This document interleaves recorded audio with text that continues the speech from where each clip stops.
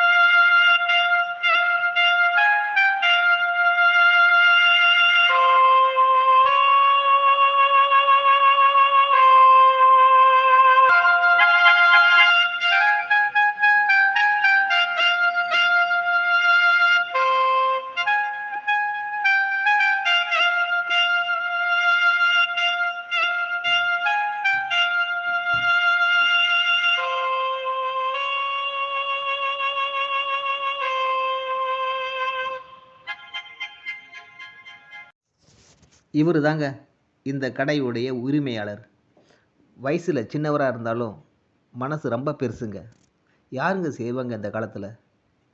அதாவது மாற்றுத்திறனாளிகள் வந்தாங்கனாக்கா அவங்களுக்கு இலவசமாக டீயும் பஜ்ஜியும் கொடுக்க சொல்லியிருக்காரு.